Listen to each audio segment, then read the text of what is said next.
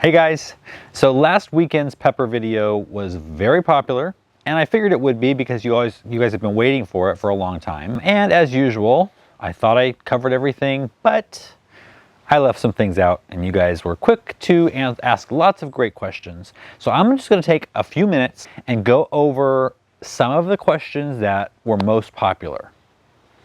So first of all, one of the most popular questions was, can I grow them in a greenhouse over the winter?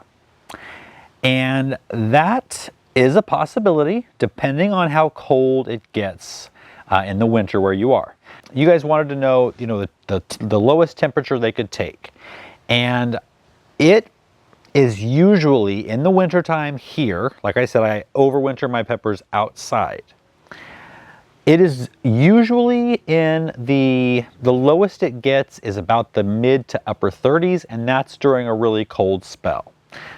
We rarely get frost a couple nights out of the year, but if they're covered with some fleece, it's totally fine. So if you're asking what is the lowest temperature they can handle, I can answer that the lowest temperature they can handle for a short period of time is something in the high 30s. But you definitely want to make sure it's above 40 most of the time at night. Definitely no frost. So that handles greenhouses or keeping them outside. A greenhouse, in the Northeast or maybe in some other cold climates around the world, you may have to heat that greenhouse, because I'm pretty sure that even though it stays warm during the day with the sun hitting it, at night it's probably going to get down even into the 30s. And even if there's no frost, they can still be damaged or killed. Another question was, can I grow them indoors? And yes, if you have sufficient light, and like I said, they don't take a ton of light, but a few hours a day, at the least 4 hours a day, direct sunlight from a sunny window, then you're going to be okay. Otherwise, any less than that, you're going to notice them suffering and you will need to get a grow light. You also asked if you could move them outside during the day, if it's warm enough, and back in at night. Absolutely. If you have the time and energy to do that, that's probably the best thing for them, because they're going to get the circulation of the outside air. Now, as usual, there are a lot of questions about watering. And like I said, you need to water them only when they are pretty much dry. And we're going to use the finger method as usual. Stick your finger a couple inches in. If it feels dry, then you can give them a little water. But do not soak them after that very first time when we put the fertilizer on. Don't soak them. You want moist soil for just the first day or two. They do not want to be sitting in wet. Another pretty good question was, will this work on all peppers? As far as I know, yes. Another thing that I probably should have covered and didn't is, should you spray them with neem oil before bringing them inside? And I would say, yeah, it's probably a good idea to do that after you cut off all the leaves and stems, and it's just the part that's going to be going inside over winter. Another question I got a few of that they were good questions was, we put in the indoor potting mix so we stay away from fungus gnats and those type of things, but we left the soil on the root ball that it was growing in originally outdoors. Won't that cause a problem? It might. I minimize it by taking off as much as I can, and then it's covered up with the new stuff, but you could do a rinse, like a soil drench of the soil that's left there. If I say a gallon of water to maybe a quarter cup of hydrogen peroxide, the 3% kind you get at a drugstore. Mix that up and drench the soil with it, and that can take care of some of those fungus gnats. The neem oil is also a good thing to use. Somebody asked if your peppers were planted late and they did not get even to the flowering stage, can you still overwinter them? Absolutely. In fact, let me show you something. As I've mentioned before, my spring and early summer are very cool. And so it's hard to plant peppers early because they just sit there and fizzle out and most of the time die. And so I'm trying something new this year.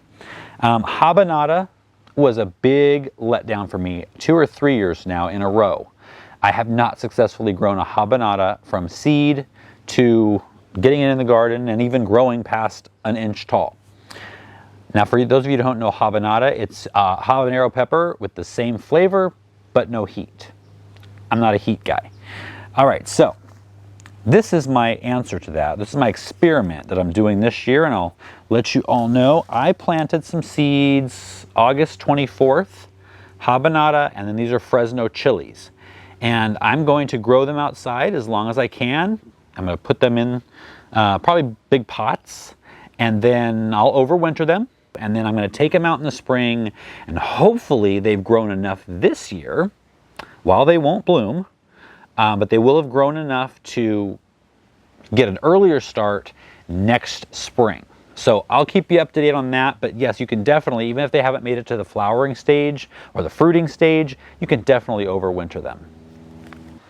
Now, some of you, like in Florida, South America, some warmer climates, warmer than even mine in the winter, you wanted to know if this pertained to you at all. Yes and no. Technically, in a warm winter climate, then you wouldn't really have to do as severe a pruning.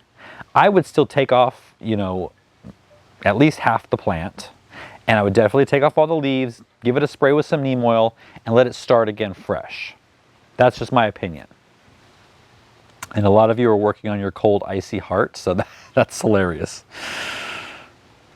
And I heard from some of you that you accidentally did this at one time or another, left them outside and they just actually continued to grow.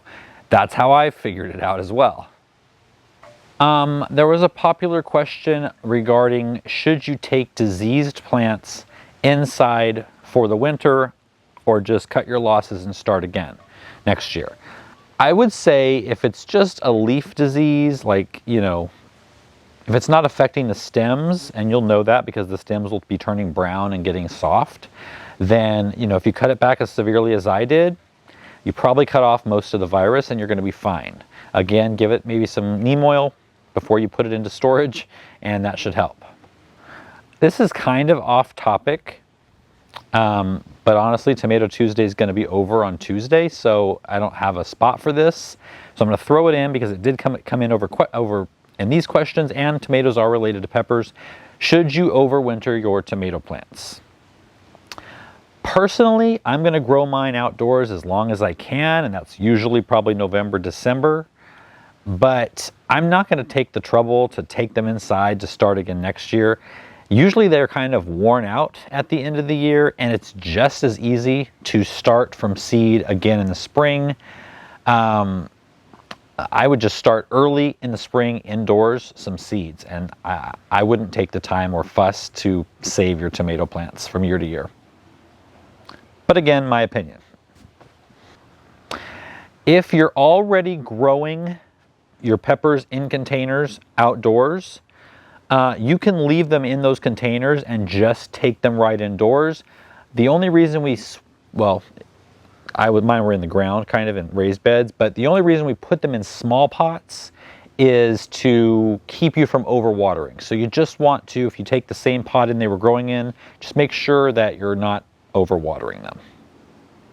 Okay, somebody asked, how do you know you won't chop off roots when you put the shovel into the dirt? I'm sure roots go further than where you dug. Yes, they definitely do. They probably went 2 to 3 times further than what I dug out. We're only maintaining a small portion of the roots to put the plant into dormancy for winter, and it's not going to be killed because it will go dormant. And actually that root pruning will help it start off faster in the spring because during the winter it's going to be developing all kinds of new feeder roots. Good question though. And then several people actually either commented or asked about overwintering eggplants since they are the same family as tomatoes and peppers. And yes, I've never done it. I don't really grow eggplants. However, Tammy made me some pretty good eggplant parmesan out of her eggplants, and she had a ton of eggplants. And I actually really liked it. I just don't care for the skins, and so if I just cut those skins off or peel them off before I cook them, I think I might enjoy them. So I think I'm gonna grow some eggplant next year. But As far as overwintering them, yes, you can do that, but from what I've heard is they kind of diminish year after year, so you're going to get diminishing returns, and eggplants grow so quickly anyway. I would just either start from transplants from the nursery or from seed next spring. And somebody asked, if you take them in during the winter and there's several different kinds, will they cross-pollinate in such a small area? If they have no flowers on them, then no. So keep them from getting flowers. They're not going to cross-pollinate in the plant. The only cross-pollination would be in the fruit, the seed. For when you plant those at some point, you could definitely have cross-pollination there. But if you're just putting them in there and then bringing them back out, no worries. Well, I hope you guys enjoyed this video. I think it was short.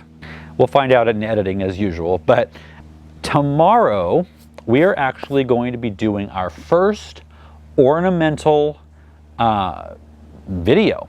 So I thought, what better way to start than with something that so many of you have had questions about. In fact, for not being the star of any video, it's had more comments and questions than almost any plant in my garden. And it's this one right here, my bloodleaf. I'm going to be talking about and showing you ways to propagate and ways to grow not only bloodleaf, but also coleus and polka dot plant, hypoestes, in any climate. In any climate, you can grow these, you can overwinter them, same as peppers, so you guys are already pros at something like that.